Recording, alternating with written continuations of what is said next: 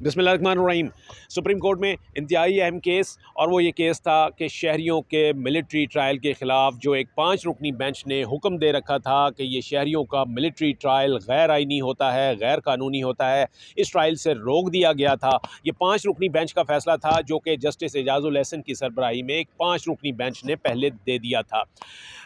अब उस बेंच के फ़ैसले के ख़िलाफ़, यानी उस फ़ैसले के ख़िलाफ़ जो है वो कुछ अपीलें जो हैं वो यहाँ पर आई थी, जिसमें हुकूमत पाकिस्तान थी, मिनिस्ट्री ऑफ डिफेंस थी, इसके अलावा शोधा फाउंडेशन थी, जिसमें कि वो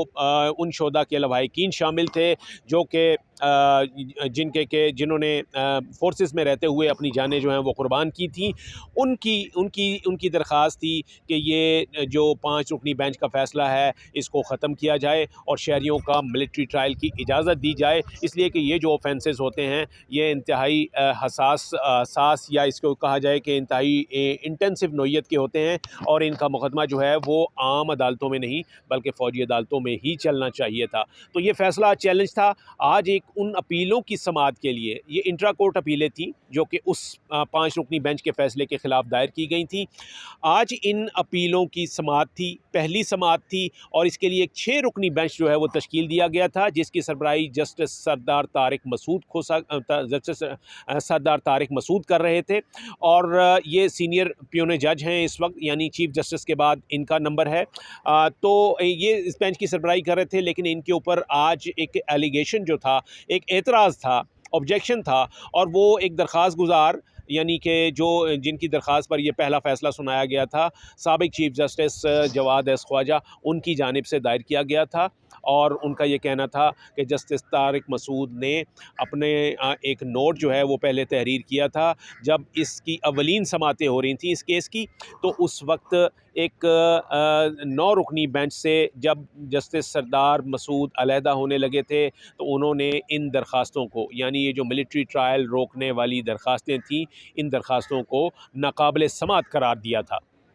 तो उसके ऊपर उनका ये कहना था कि चूँकि वो अपना ज़हन जो है वो पहले ही एक्सप्रेस कर चुके हैं, इसलिए अब वो इस बेंच की इन अपीलों की सतह पर समाअत नहीं कर सकते, उन्हें बेंच से अलहदा हो जाना चाहिए। आज जब समाअत शुरू हुई तो जितने भी दरख्वास्त गुज़ारान थे, जिनके के हक़ में फ़ैसला पहले आ चुका था 5 रुकनी बेंच का, वो तमाम के तमाम उनके वकला जो थे, जिसमें एतजाज़ एहसन भी थे, जिसमें सरदार लतीफ़ खोसा भी थे, जिसमें बैरिस्टर वो जो उनके जो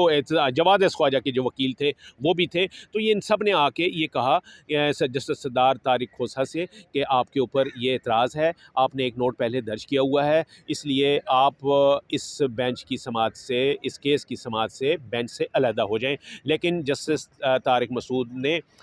उनके तमाम एतराज़ात को रद्द कर दिया। उन्होंने कहा कि जी किसने ये मेरे ऊपर एतराज़ उठाया है, तो उन्हें बताया गया कि जस्टिस साबिक़ chief justice Jawwad S Khawaja की जानिब से ये एतराज़ आया है। तो उस पर उनका कहा कि जवाद एस ख्वाजा की अपनी एक जजमेंट है, उनका एक अपना एक फ़ैसला है, जिसमें उन्होंने ये करार दिया है कि ये एक जज की मर्ज़ी होती है कि वो रिक्यूज़ करे या ना करे। यानी अगर किसी के ऊपर एतराज़ आता है तो ये उसकी अपनी मर्ज़ी है कि वो चाहे तो बेंच से अलहदा हो जाए और चाहे तो वो समाअत जारी रखे। तो मैं बेंच से अलहदा नहीं हो रहा, मैं ये समाअत जारी रखूँगा। और वकीलों के एतराज़ात के बावजूद उन्होंने समाअत जो है वो जारी रखी। उन्होंने कहा कि जी दलाइल दिए जाएँ, जिस पर अटॉर्नी जनरल ने और जो डिफेंस मिनिस्ट्री के वकील थे ख्वाजा हारिस, उन्होंने अपने इब्तदाई दलाइल दिए।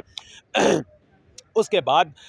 इस पर जो एक दरख्वास्त गुज़ार के वकील थे, जिन्होंने ये कहा कि अगर आपने तो अभी हमें नोटिस भी नहीं किए, तो ऐसी सूरत में आज पहली समाअत है और आज आप इस पहली समाअत पर ही अगर हुक्म इम्तना जारी कर देंगे तो हमें उस पर शदीद तहफ़्फ़ुज़ात हैं। जिस पर जस्टिस तारिक मसूद ने ये कहा कि ये क्रिमिनल दरख्वास्त है, क्रिमिनल अपील है, इंट्रा कोर्ट अपील है, और इस ऐसी अपीलों में, जो क्रिमिनल अपीलें होती हैं, इसमें आपको अच्छी तरह से पता है कि हुक्म इम्तना दिया जाता है या नहीं। उनका ये वाज़ेह इशारा था कि इसके ऊपर आज हुक्म इम्तना जो है वो दे दिया जाएगा। तो आज जब ये इब्तदाई दलाइल मुकम्मल हो गए, उसके बाद जो है वो इस केस की समाअत जो है वो मुलतवी कर दी गई और ये कहा गया कि इस पर हुक्म इम्तना देना है या नहीं, उससे मुताल्लिक जो है वो फ़ैसला, तहरीरी फ़ैसला जो है वो महफूज कर लिया गया, जो कि बाद में सुनाया जाएगा। लेकिन हम आज की जो प्रोसीडिंग हुई है उससे हम ये ज़रूर एंटिसिपेट कर सकते हैं और अपने व्यूज़ को हम ये कह सकते हैं कि आज जब ये फ़ैसला जो तहरीरी हुक्मनामा है ये जारी होगा तो इसमें यकीनी तौर पर जो जो स्टे आर्डर है वो जारी कर दिया जाएगा। यानी जो सस्पेंशन ऑफ जजमेंट है, यानी वो जो 5 रुकनी बेंच ने फ़ैसला दिया था कि शहरियों का मिलिट्री ट्रायल रोक दिया जाए, उस फ़ैसले को मुअत्तल कर दिया जाएगा और ये फ़ैसला उस वक्त तक मुअत्तल रहेगा जब तक कि इन अपीलों की हतमी समाअत नहीं हो जाती।